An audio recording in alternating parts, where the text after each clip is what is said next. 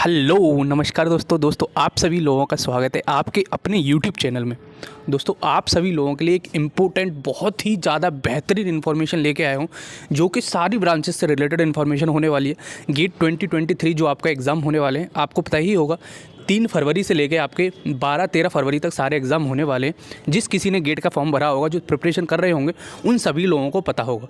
ठीक है, तो भाई साहब इन सभी लोगों के लिए, आप सभी लोगों के लिए बहुत ज़्यादा एक इंटरेस्टिंग फैक्ट लेके आया हूँ, जो आरटीआई के द्वारा पता चला है कि भाई साहब हर ब्रांच में कितने एप्लीकेशन फॉर्म पड़े हैं, पर्टिकुलर ब्रांच में कितने हैं, सब ब्रांचेस के बताने वाला हूँ। Major electrical, mechanical, computer science और सिविल इंजीनियरिंग, और फिर उसके बाद में इलेक्ट्रॉनिक्स, कम्युनिकेशन, ये सब की ब्रांचेस के बारे में बताने वाला हूँ। ठीक है, तो ध्यान से देखना, सब आरटीआई के इन्फॉर्मेशन है, तो ऑथेंटिक तो होगी ही होगी, उसमें कोई डाउट नहीं करना है।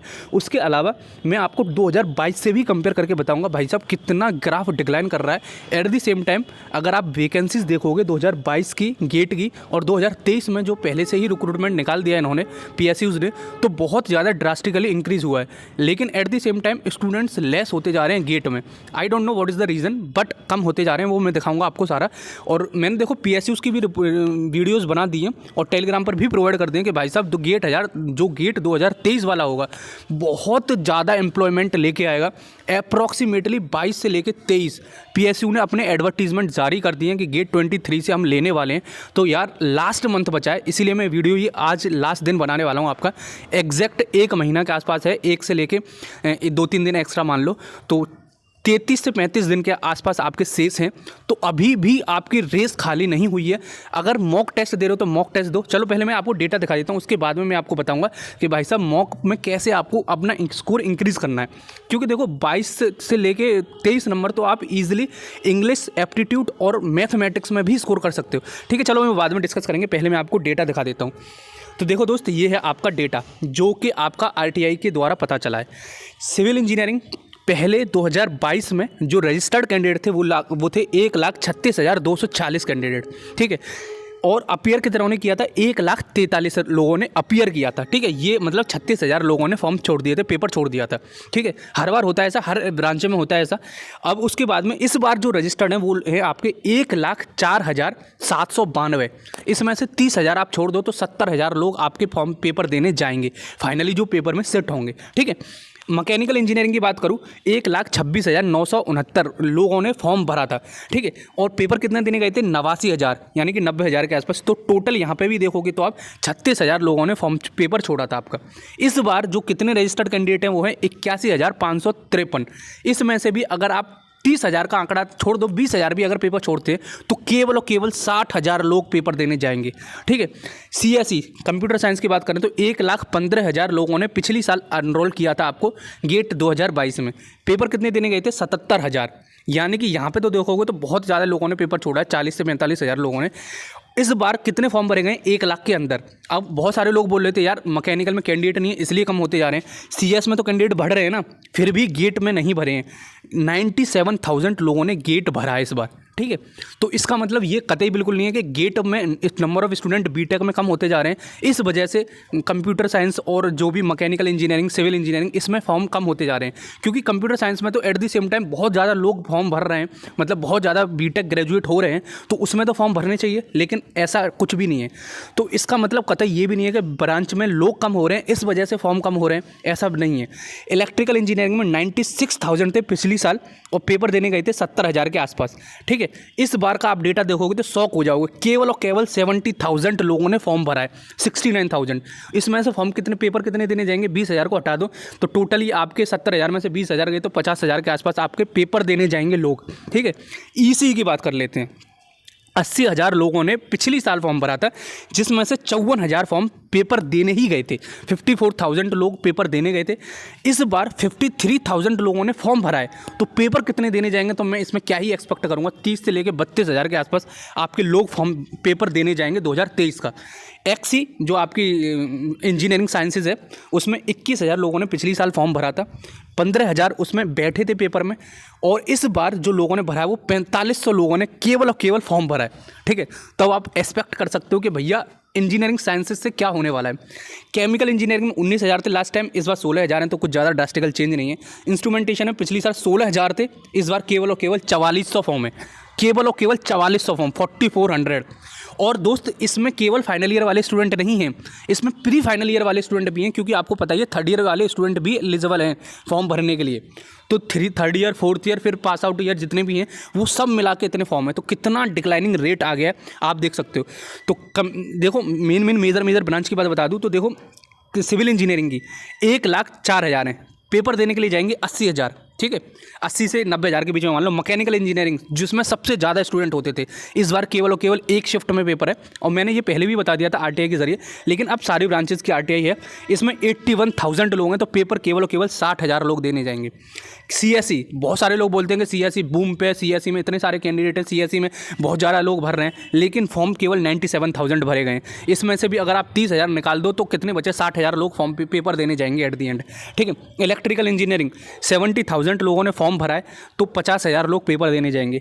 ईसी 50,000 लोगों ने फॉर्म भी भरा है, तो पेपर कितने देने के लिए जाएंगे? तो इसमें तो मैं एक्सपेक्ट ही नहीं कर रहा, 40,000, 45,000, 30,000 के आसपास पेपर देने जाएंगे, ठीक है। तो भाई साहब एट दी एंड यही है, जो कोई भी पेपर दे रहे हो, जो कोई ने भरा है, मॉक टेस्ट लगाना शुरू कर दो।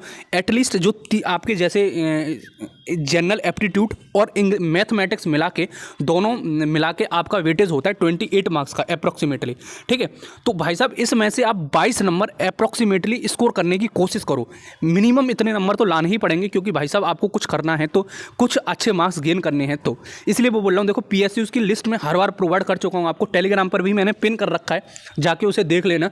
अप्रॉक्सीमेटली 18 से लेकर 19 तो पहले ही मतलब एडवर्टीजमेंट भी जारी कर दिए, और 22 से लेकर 25 इतनी तो आएंगी। उसके बाद में जब एक साल होती है तो और भी ज़्यादा पीएसयू आएंगी। तो टोटल मिला के आप देखोगे तो लगभग 30-35 पीएसयू गेट 23 से रिक्रूट करने वाली हैं। तो जितना भी हो, 50 से प्लस आ रहे हैं नंबर तो 60 करने की कोशिश करो, 60 नंबर आ रहे हैं तो 70 करने की कोशिश करो। क्योंकि देखो इस बार आपने देखा होगा ओएनजीसी की कट ऑफ भी डाली है, 60-65 नंबर पर आपकी कट ऑफ जा रही है, ठीक है। मैकेनिकल इंजीनियरिंग की बात कर रहा हूँ मैं पर्टिकुलरली, ठीक है। एनटीपीसी में इतनी सारी वैकेंसीज आई हैं, अब सीआईएल में 600 के आसपास वैकेंसीज आएंगी, कोल इंडिया की बात कर रहा हूँ, एनएलसी में आएंगी 400 के आसपास। तो भाई साहब ये मास रिक्रूटमेंट निकलेगा, तो गेट की प्रिपरेशन करते रहो, ठीक है। हार नहीं माननी, अभी 1 महीना आपके पास में पूरा शेष है, पूरा जी जान लगा दो, जितना आप में दम है, पूरा 18 घंटा पढ़ो, 19 घंटा पढ़ो, 1 महीना दे दो बस, 1 महीना, ठीक है। उसके बाद में मेरे से बोलना भाई साहब हाँ। अब देखो मैं स्ट्रेटेजी बता देता हूँ, देखो यार मैं आपको बता रहा हूँ, अब देखो आपके पास में नया सब्जेक्ट करने की टाइम नहीं है। टेस्ट सीरीज दो, कितना भी डर लग रहा हो कि भाई साहब मेरे पूरे नंबर नहीं आ रहे, कितना भी डर लग रहा हो आपको, पूरा मतलब आप ऊपर से लेकर नीचे तक हिल जा रहे हो पेपर देने में, लेकिन फिर भी लिखो।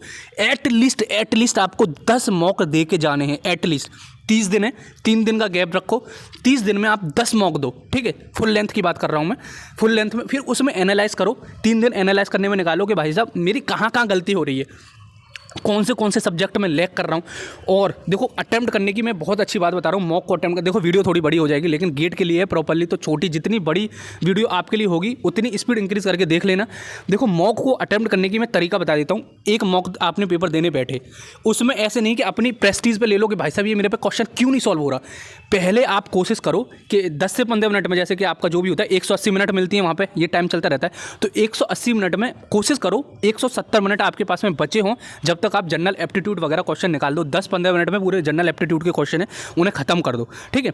अब मान के चलो आपके पास में बचा है 2 घंटे 45 मिनट या 2 घंटे 50 मिनट।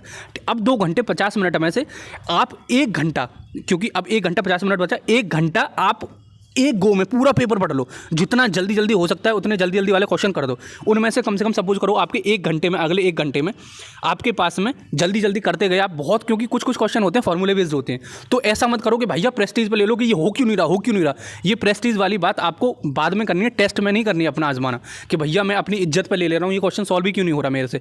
आप एक बार सॉल्व करते चलो, जितना ईजिली सॉल्व होता जा रहा है उन्हें सॉल्व कर दे जाओ, नहीं सॉल्व हो रहा छोड़ दो, स्ट्रेट फॉरवर्ड छोड़ दो, चाहे कितने ही कम क्यों ना हो। 1 घंटे में, अगले 1 घंटे में आपका टारगेट होना चाहिए 15 से 20 क्वेश्चन हो जाएं, ठीक है, जल्दी से करके। अब आपके पास में आपका एप्टीट्यूड खत्म हो गया, टेस्ट, अब ये जो आपके 1-1 नंबर के वो खत्म हो गए। फिर उसके बाद में कुछ क्वेश्चंस आपने पढ़े होंगे, आपको लगा होगा यार थोड़ा सा टाइम लगेगा, लेकिन ये निकल जाएंगे, मतलब इतना नहीं है कि कॉन्सेप्ट ही गायब है, लेकिन आपको ऐसा लग रहा हो कि भाई साहब थोड़ा सा वक्त मैं इसको दूं तो शायद ये मेरा हो जाता। फिर दूसरी गो में उस वाले क्वेश्चन को देखो, क्योंकि आप उसको मार्क रिव्यू में डालते जाना उन क्वेश्चनों को, तो मार्क रिव्यू वाले देख लेना फिर आप, ठीक है। तो उसमें भी आपका अगले जो 1 घंटा होगा उसमें आप ऐसे वाले क्वेश्चन करना, उसमें थोड़ी सी बुद्धि लगा के आपके क्वेश्चन हो जाएं, ठीक है। शायद उसमें और कुछ क्वेश्चन निकलें। तो अब आपका घंटे खत्म हो चुके हैं, 2 घंटे खत्म हो चुके हैं, अब आपके पास में 50 मिनट शेष है, ठीक है। अब उन 50 मिनट में आपको क्या करना है, उन क्वेश्चनों को टक्कर में लेना है जिनको आपको देख के बिल्कुल हवा ना लगी हो, या फिर उन क्वेश्चनों को लग रहा हो कि भाई साहब बहुत ज़्यादा टाइम लगने वाला है और थोड़े से टिपिकल टाइप के हों, उन क्वेश्चनों को फिर टारगेट करना है आपको। ठीक है, ऐसे करके आपको टाइम स्पैन को डिवाइड करना है। आई थिंक इससे टेस्ट सीरीज़ की आपकी अच्छी अप्रोच होगी। और एक टेस्ट से ऐसा कुछ नहीं है कि एक टेस्ट डिसाइड कर लो और जो भी आपका पेपर हो उसके रैंक मत डिसाइड करना कि भाई साहब मेरे इतने कम नंबर आ रहे हैं तो मैं कैसे आगे कर पाऊंगा। अपने मार्क्स पर फोकस करना। जैसे ही आपका एक मॉक खत्म हो जाए तो उसमें ये देखना कि मेरी गलतियां किस किस पॉइंट पर हो रही हैं, और अगर मेरी ये वाली सिली मिस्टेक ना होती, ये ना होती, तो मैं कितने मैक्सिमम स्कोर कर सकता था। It is a kind of motivation. ठीक है, तो मैं आपको दोस्त टेस्ट सीरीज लिखने का तरीका बता रहा हूँ। 1 महीना आपके पास शेष है और 30 मॉक में से 30 दिन में से कम आप 10 को मॉक तो लिख के ही जाना भाई साहब, क्योंकि आप डायरेक्ट अगर एक्सपेरिमेंट करोगे गेट में जाकर तो भाई साहब बिल्कुल स्कोर नहीं कर पाओगे। मैं बिल्कुल जेन्युइनली बोल रहा हूँ, आप ऐसा ही ट्राई करके देखना। और जैसा भी हो आप कमेंट बॉक्स में मेरे को बताना कि मेरे टेस्ट में मॉक में इतने आ रहे हैं, नहीं आ रहे हैं, क्या करना चाहिए मेरे को। ठीक है, तो आई होप आपको सब कुछ समझ में आ गया। और भी कोई दिक्कत आ रही हो कैसी भी तो मेरे से कमेंट बॉक्स में आप पूछ लेना।